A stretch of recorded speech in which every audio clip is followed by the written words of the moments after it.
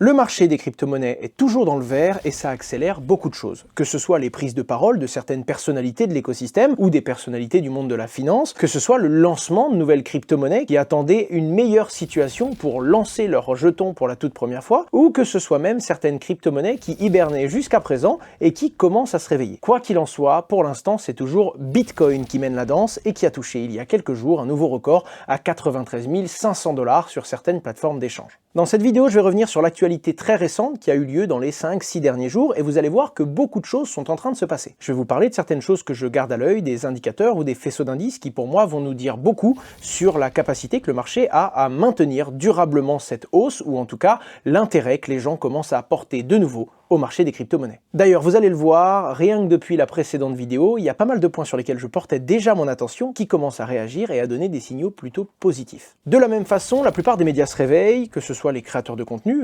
dont je fais partie, mais également d'autres membres de la finance traditionnelle qui ont un intérêt dans le monde des crypto-monnaies et qui commencent à faire de plus en plus de bruit. Un bruit qu'il faut justement être capable d'analyser ou en tout cas d'isoler parfois, car en ce moment, tout le monde a envie de se réconforter dans le fait que les crypto-monnaies vont encore durablement monter. Et c'est souvent à ce moment-là qu'il faut pousser un peu plus loin son analyse et qu'il ne faut pas prendre tout ce que l'on nous dit pour argent comptant. C'est parti, on commence tout de suite.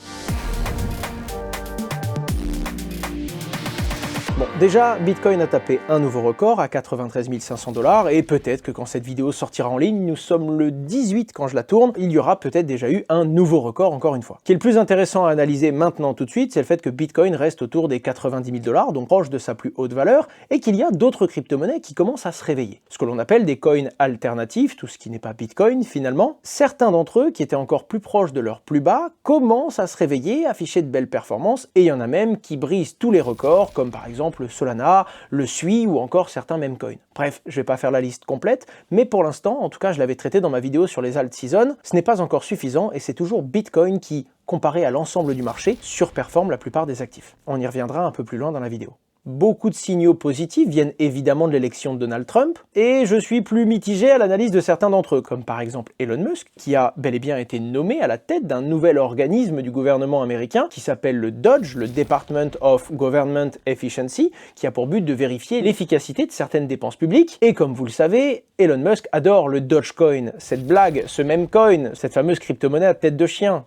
J'avais traité le sujet, je vous avais expliqué que c'était la blague la plus lucrative du 21e siècle. En tout cas, je ne sais pas comment me positionner quand on parle d'un vrai nouvel organisme du gouvernement américain et qu'Elon Musk, qui vient d'y être placé à sa direction, fait la blague sur les réseaux et dit même que ce serait très drôle d'avoir l'un de ses chiens en mascotte pour ce nouveau département. Je suis pas vraiment très à l'aise avec cette annonce, en tout cas, autant vous dire que ça a plu à énormément d'investisseurs qui ont tout simplement fait exploser le prix du Dogecoin. Il était à 10 cents il y a de ça quelques semaines et il a touché les 40 centimes pièce, et bien qu'il y ait fort à parier qu'il n'y ait rien à voir entre ce nouveau département et le Dogecoin lui-même, quoi qu'il en soit, ça a suffi pour donner du carburant aux investisseurs qui investissent massivement sur les mêmes coins et donc le Dogecoin qui représente cet écosystème étant donné que c'est le premier et le plus connu d'entre tous. En parlant de meme coin, ces crypto-monnaies qui n'ont pas d'objectif ni même de substance pour la plupart d'entre elles en tout cas, j'ai fait une vidéo complète sur le sujet. Vous êtes nombreux à me demander quel meme coin et globalement qu'est-ce que j'ai dans mon portefeuille. Je vais être franc avec vous, je n'investis pas sur les mêmes coins. Et attention, je ne suis pas du tout en train de vous dire que les mêmes coins vont perdre de la valeur et que vous allez forcément perdre de l'argent. Je suis en train de vous dire que pour moi, ce n'est pas un investissement. C'est un pari, c'est du pile ou face, et si j'ai envie de prendre du plaisir et me donner quelques frissons, j'irai mettre un billet au casino le plus proche de chez moi. Mais en tout cas, chercher le tout dernier meme coin qui vient de sortir en espérant qu'il me fasse prendre des profits, alors que ce sont souvent les créateurs de ces mêmes coins eux-mêmes qui ont plus d'informations, ou encore ceux qui sont très proches et très connectés à ces communautés, j'évite, étant donné que ça ne m'intéresse pas particulièrement, de me positionner dessus. En toute transparence, et ceci n'est pas un conseil en investissement, je vous le rappelle, investir comporte des risques de perte partielle ou totale de capital. La seule petite ligne que j'ai dans mon portefeuille depuis très longtemps, c'est le Dogecoin, justement parce qu'il représente tout ce mouvement et que c'est l'un des plus anciens et surtout le premier que j'ai analysé en profondeur et qui a fédéré une aussi grosse communauté. Maintenant qu'on a fait le tour de la question, on doit malgré tout le spécifier, ce sont les mêmes coins qui performent en ce moment. Beaucoup de débutants arrivent, ne réfléchissent pas trop, investissent sur ce qui performe le plus, et ce sont des mêmes coins qui gagnent et qui perdent également beaucoup de valeur en très peu de temps, mais si vous regardez sur les 10 derniers jours à qui profite le plus cette hausse, vous allez voir des performances complètement dingues affichées par ce genre de crypto. Depuis l'élection de Donald Trump, il y a beaucoup de choses qui changent et le climat est en train de s'adoucir pour les crypto-monnaies aux États-Unis. D'ailleurs, vous le savez, Donald Trump a annoncé que s'il était élu président, ce qui est maintenant chose faite, il virerait dès le premier jour Gary Gensler, le chairman de la Security Exchange Commission, le régulateur américain qui s'était montré plutôt hostile, pour ne pas dire complètement hostile, aux différents projets crypto-monnaies à travers le monde. En l'occurrence, il ne peut pas réellement virer Gary Gensler, mais depuis les derniers jours, plus de 18 États américains ont attaqué la Security Exchange Commission et son chairman, donc Gary Gensler, pour avoir outrepassé leurs droits et leurs obligations en tant que régulateur. Encore une fois, on ne sait pas vraiment ce que ça peut dire, mais le chairman lui-même a pris la parole et a commencé à laisser sous-entendre qu'il pourrait potentiellement quitter l'agence, en remerciant certaines personnes avec qui il avait collaboré par le passé et avec qui il a vraiment aimé essayer de faire du mieux pour réguler cet écosystème. Il n'y a d'ailleurs pas que des sujets crypto qui lui ont été reprochés et ça pourrait justifier un départ et donc la nomination d'un nouveau chairman, peut-être plus pro-crypto.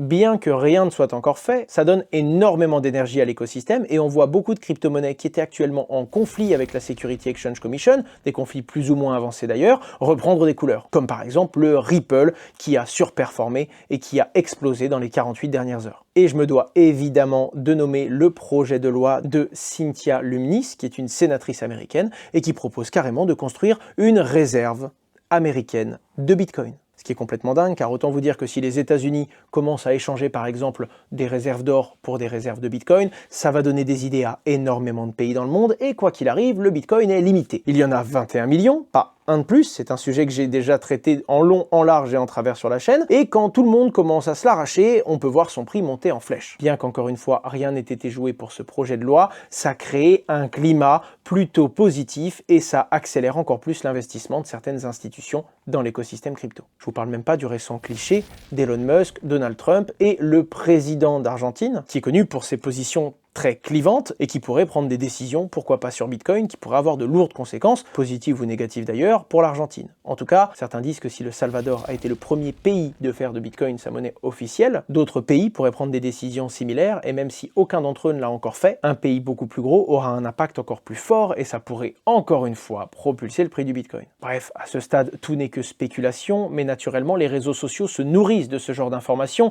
vont extrapoler certaines informations, et naturellement, imaginer un scénario qui conforte leur position, c'est-à-dire les crypto-monnaies vont exploser to the moon.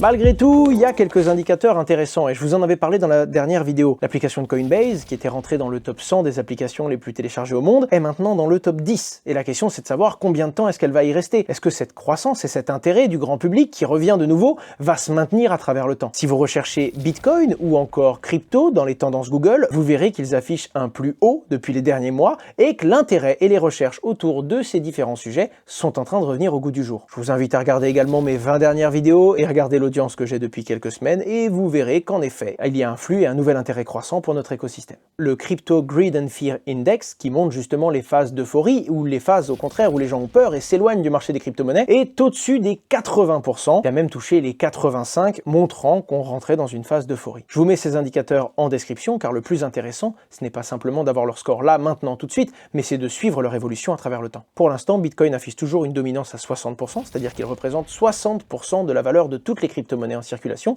ce qui montre que pour l'instant, les altcoins sont encore un peu à la traîne, ou du moins que Bitcoin conserve pour le moment son avance. Voilà ce qui s'est passé depuis ma précédente vidéo. Maintenant, essayons d'aller un petit peu plus loin et de pousser l'analyse. Bitcoin a réalisé des profits et différentes entreprises et institutions ont déjà réalisé des profits. Certaines études, dont je vous mets encore une fois le lien en description, ont montré que certes, il y avait eu des profits qui étaient réalisés, mais pour l'instant, bien moins que dans les cycles historiques. C'est-à-dire que les investisseurs ont proportionnellement pris 2 fois moins de profits aujourd'hui que dans des cycles comme 2021 où Bitcoin affichait déjà de nouveaux records. Soulignant le fait que certains investisseurs sont confiants et pensent qu'il y aura encore des plus hauts devant nous. Et encore, la plupart du temps, quand il y avait suffisamment de profits qui étaient pris sur Bitcoin, c'était parfois pour aller sur d'autres crypto-monnaies. Pour l'instant, la tendance reste encore en faveur non pas seulement de toutes les crypto-monnaies, mais de Bitcoin spécifiquement. La valorisation de l'entièreté des crypto-monnaies a touché les 3 trillions de dollars, donc 3000 milliards, ce qui est un record, et pour l'instant, ça se stabilise sur ce point le plus haut depuis quelques jours. Une étude très intéressante est sortie de la banque Sygnum, qui est une banque donc suisse, et qui pour le coup a sondé 400 acteurs institutionnels qui investissaient sur les cryptos. 57% d'entre elles ont annoncé vouloir renforcer leur allocation, c'est-à-dire l'argent qu'elles consacrent aux crypto-monnaies. Et ce qui est intéressant, c'est qu'en proportion, 31% d'entre elles dans les 3 prochains mois, 32% d'entre elles dans le semestre à venir, et qu'il n'y a que 5% d'entre elles qui ont prévu de réduire et donc de vendre des crypto-monnaies pour diminuer leur exposition. Qui montre encore une fois pas simplement l'intérêt actuel des institutions, mais bel et bien leur intérêt croissant. Il y a un autre indicateur qui me plaît personnellement et que je suis beaucoup, qui s'appelle le Coinbase Premium Index. Le Coinbase Premium Index vous indique la différence de prix entre un Bitcoin sur Coinbase et d'autres plateformes comme par exemple Binance. Ce que je vais vous dire n'est pas mathématiquement parfait, mais c'est pour que vous compreniez comment est-ce que les gens interprètent cet indicateur.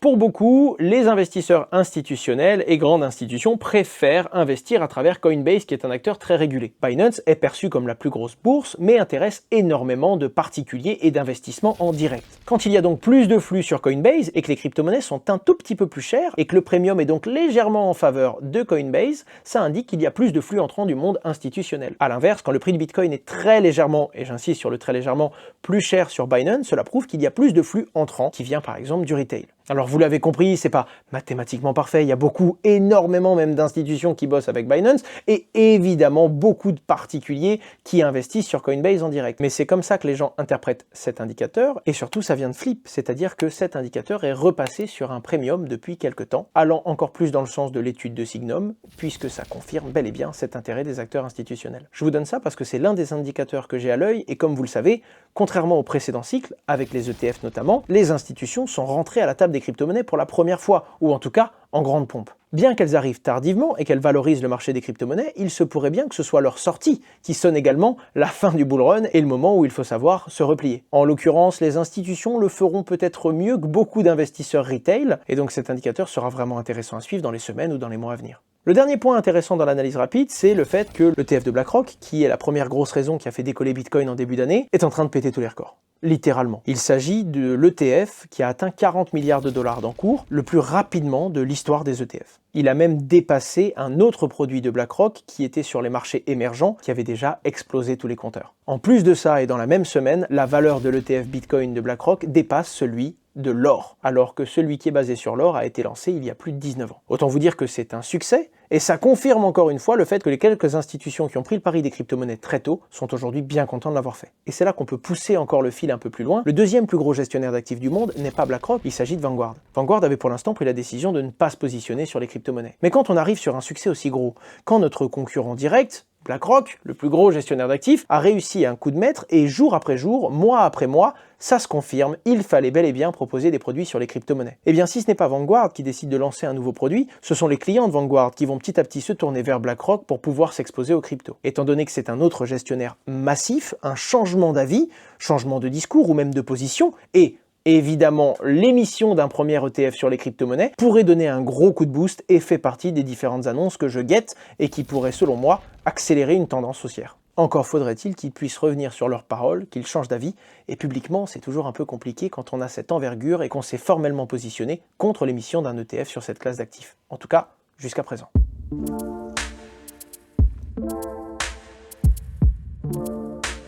Alors attention, je vais rentrer sur un terrain glissant, je vais vous parler d'indicateurs d'analyse technique. Faut le savoir, je suis un investisseur, je suis pas un trader, je ne fais pas d'analyse technique et globalement je regarde peu ces indicateurs, mais ils ont le mérite d'être suivis par énormément d'investisseurs. Et à partir du moment où beaucoup de monde se fie à ces indicateurs pour essayer de voir se dessiner une tendance, c'est important de les suivre. On en entend beaucoup parler de trois en ce moment, le premier c'est le MVRV, c'est un indicateur de survalorisation d'un actif. Quand cet indicateur atteint les 3,5, ça indique une survalorisation d'un actif et qu'il y a de grandes chances que la tendance s'inverse. En l'occurrence, il est toujours à 2,5 malgré la violente hausse de Bitcoin et ça indiquerait qu'il y a encore un petit peu d'allonge sur ce mouvement. L'un des autres indicateurs financiers, c'est l'On-Chain Realized Price Band et c'est un indicateur qui traduit la valorisation d'un actif par rapport à un prix moyen d'acquisition. Encore une fois, et en poussant la vulgarisation, donc ce n'est pas parfaitement correct, mais pour faire simple, si vous avez acheté du Bitcoin à 10 000 $, mais que 99% des gens en ont acheté à 85 000 $, eh bien on peut dire que pour le marché, Bitcoin à 90 000, ce n'est pas un Bitcoin très cher. cher,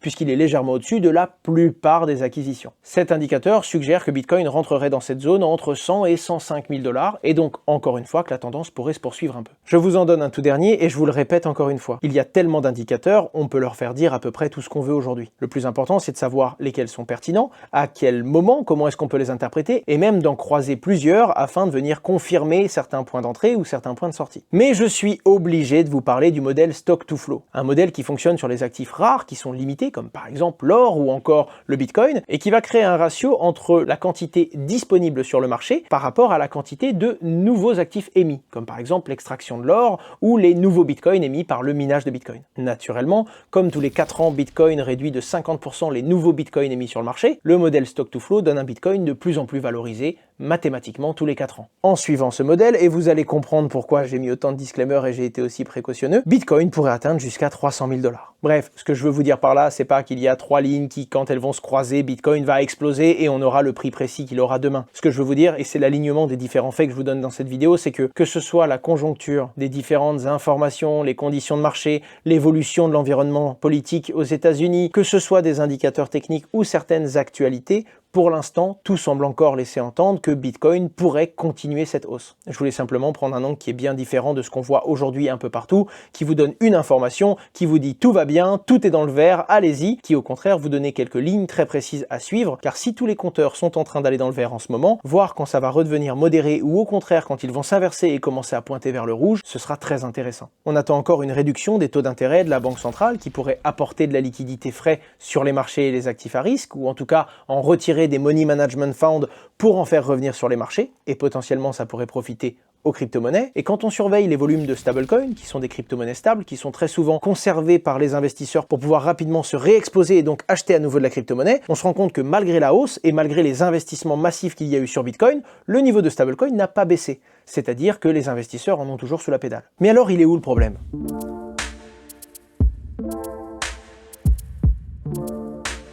C'est vrai, c'est dur de trouver une information négative en ce moment, et c'est très clairement le postulat que j'ai eu dans cette vidéo. Et même si j'ai élargi mes sources d'informations, même si j'ai commencé à regarder des indicateurs un peu plus techniques alors que ce n'est pas dans mon habitude, globalement tous pointent dans la même direction.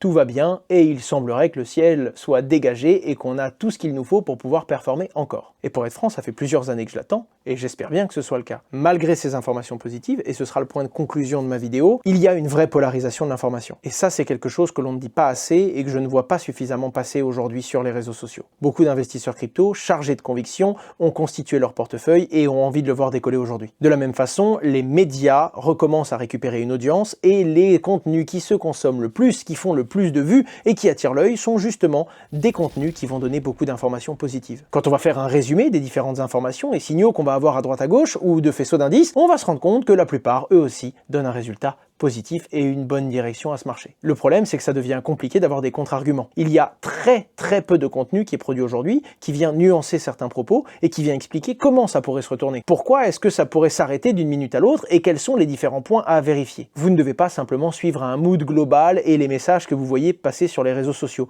Vous devez vous-même suivre ces indicateurs et c'est quand ils vont s'inverser que très rapidement, il faudra être capable de prendre une décision. Naturellement, et c'est une responsabilité et un jeu que tout le monde accepte indirectement de façon tacite en étant sur les réseaux sociaux, mais à partir du moment où il y a beaucoup d'informations, beaucoup de bruit, vous devez vous-même être capable de filtrer, d'écarter ce bruit et d'être de plus en plus objectif avec les informations que vous recevez. Des grandes personnalités commencent à prendre des positions, mais ont naturellement un conflit d'intérêts et eux-mêmes ont envie, de par la composition de leur portefeuille, de tout voir exploser à la hausse. Michael Saylor, qui fait des annonces toujours plus folles les unes après les autres, mais qui est quand même sur le point de lever 40 milliards de dollars pour acheter des bitcoins et qui détient déjà plus d'1,5% des bitcoins existants. Cathy Wood, qui gère une société d'investissement réputée dans le monde entier, qui explique que le développement des crypto-monnaies pourrait même jusqu'à doper l'économie américaine maintenant qu'il n'y a plus de guerre envers les crypto-monnaies, ou encore d'autres personnalités qui disent que Bitcoin ne retombera jamais en dessous des 60 000 $ et qu'il va filer tout droit jusqu'aux 150. Et je sais que je suis le plus barbant du monde, car quand on était en bear market, j'étais très optimiste. Et maintenant qu'on commence enfin à avoir du vert et des profits, j'essaye simplement de vous rappeler qu'il faut toujours considérer le pire et ensuite mettre en place une stratégie pour l'éviter. Et ça faisait longtemps qu'en faisant mes recherches, je n'avais pas vu de source d'information aussi peu nuancée et autant polarisée. Raison de plus pour s'éloigner un petit peu de ce que l'on ressent, de ce que les gens disent, et de conserver sous nos yeux nos points d'intérêt, nos indicateurs, et d'avoir une approche très mathématique sur la gestion de notre portefeuille.